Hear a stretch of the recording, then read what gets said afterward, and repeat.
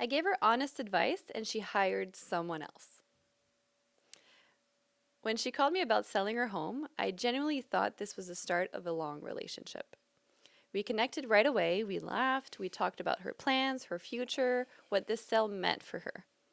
I ran the numbers, pulled the comps, and walked her through everything. I told her I believed her home would sell around 600,000. She went quiet. Awkward. I could tell it wasn't the number she wanted to hear. A few days later, she told me she decided to go with another agent. He believed the house was worth 700,000. Lovely. Big difference. Yes. I congratulated her and wished her luck.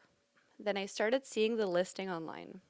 Every time it popped up in my feed, it felt like a small punch in the gut. I replayed our conversation in my head. Should I have pushed harder? Should I have softened the number? Was I too blunt? I started doubting myself.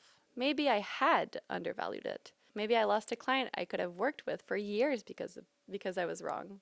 Swirling. The brain is just swirling.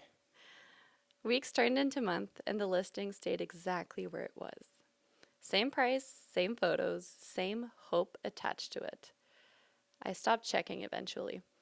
It hurt too much to keep wondering if I'd been the mistake.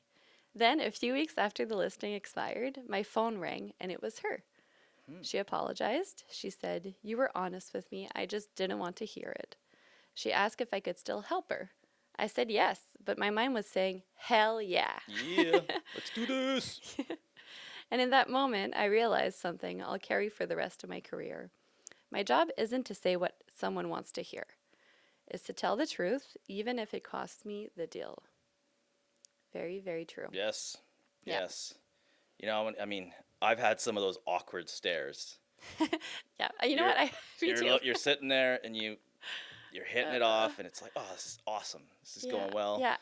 And And then that then, most important thing that what a seller wants to hear is, "What is my home worth?" yeah. And you say it. And And it's then like they're you like, could see it just like whoosh. yeah. Still with the It's like, smile, but everything else just like, "Oh my God." It's like, "Did I say something wrong?" yeah.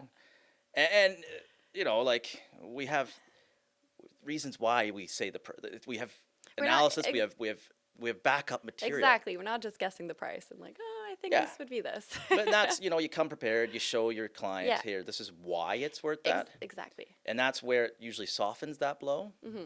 But there are a number of scenarios where someone says, that's just not what I was expecting. That's not what Aunt Sue was telling me to Yeah. do. You know what I mean? Like they've got a Yeah. friend up the street or Yeah. someone down the road says, oh, you could totally get this price. Yeah. No, exactly. The stats are the stats. Yeah.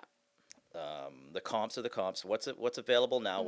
What's sold recently? Yeah. I feel like And explaining everything and showing everything where you get that number does help the person understand. And also explaining if we do end up going with 700,000, what could happen? and le- earlier in my career, I'd have the same feeling as this agent had. It was, Yeah. you know, you're like, What did I do? they don't like me. You Yeah. know, oh, like it's like not getting that second date. You're like, Yeah. oh, what happened? What did I say? What did I do? This is the worst. Yeah. And you know, as you become more seasoned and in the industry, it's like, you know what, you just do the best job you can. Yeah. You give the right information. Hmm. You don't sell hopium. No. And if you win it, you win it. It's because they liked you, you vibed. Yeah. Sometimes you don't vibe, and they don't, you know, they don't want to build that relationship, and that's fine. Hmm. Still sucks, yeah. but you know, you just move There's on. someone for everyone out there. Move on. Yeah. Yep.